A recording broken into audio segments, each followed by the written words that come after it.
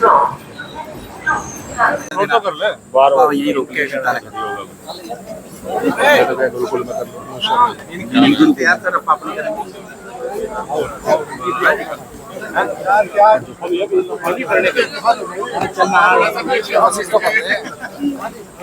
White आगे ले लेंगे।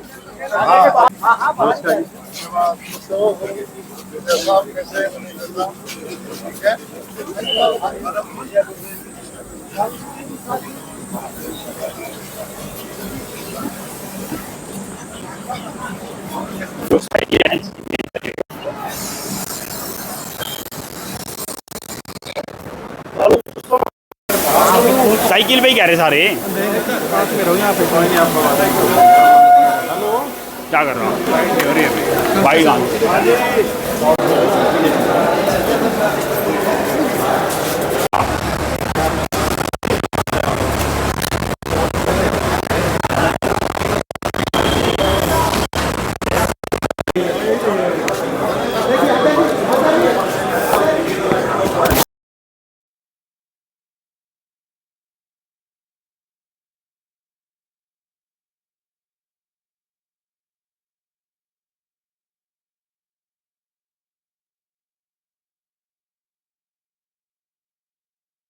देखिए, अभी 3 दिन पहले भारत के यशस्वी प्रधानमंत्री श्रीमान नरेंद्र मोदी जी ने पश्चिम एशिया में पिछले कई महीनों से जो युद्ध जैसी स्थिति बनी हुई है और अमेरिका, ईरान आदि देशों का जो युद्ध चल रहा है, उसके कारण स्ट्रेट ऑफ हॉर्मुज बंद है और हमारे देश में जो तेल का आयात होता था उस पर बहुत बुरा प्रभाव पड़ा है।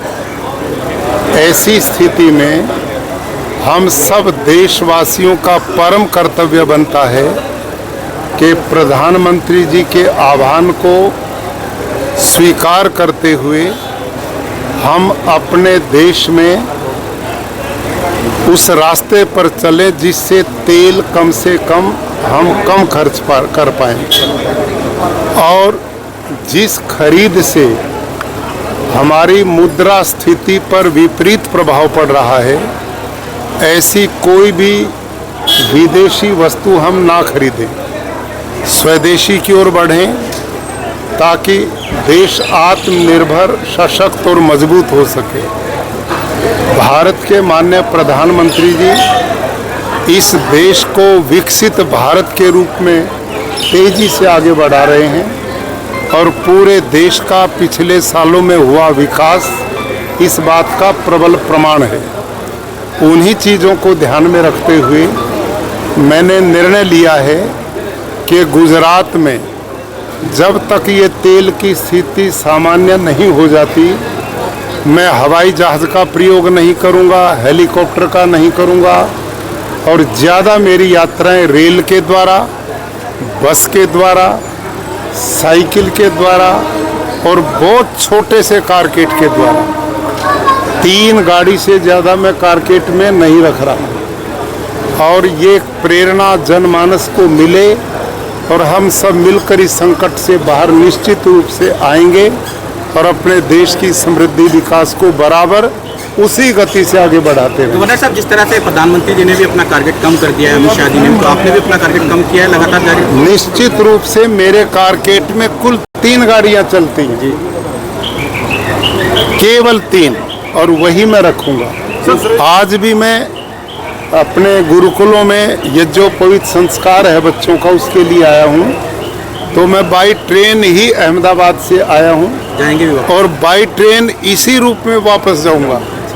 तो ये लगातार, और ये पहली मेरा वो नहीं, मैं आजकल गांव में जाता हूँ गुजरात में, और गांव में रात को मैं सरकारी स्कूल में रुकता हूँ, अनुसूचित जाति जनजाति के परिवार में भोजन करता हूँ, रात को गांव में जनसभा करके लोगों में प्राकृतिक खेती, पशुपालन, गाय की ब्रीड का बनाना, बच्चों में संस्कार कैसे आएं, बच्चों को पढ़ाने की दिशा में, व्यसन मुक्त, नशा मुक्त समाज के लिए वृक्षारोपण और स्वच्छता अभियान मैं प्रति सप्ताह चलाता हूँ।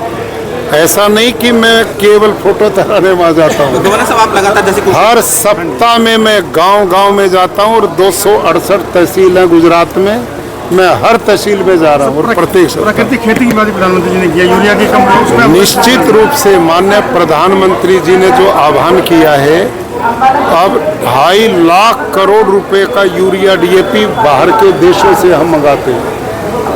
यदि भारत का किसान इस जहर वाली के खेती को छोड़ दे, इससे धरती भी बचेगी, पर्यावरण भी बचेगा, पानी की खपत भी बचेगी, देसी गौ माता का पालन भी होगा, कैंसर, हार्ट अटैक, डायबिटीज, घुटने बदलवाना, ये सारी बीमारियों से मुक्ति मिलेगी। किसानों को संदेश क्या रहेगा यूरिया को लेकर? तो मेरा भारत के समस्त किसानों से आग्रह है कि प्राकृतिक खेती में उत्पादन कम नहीं होता।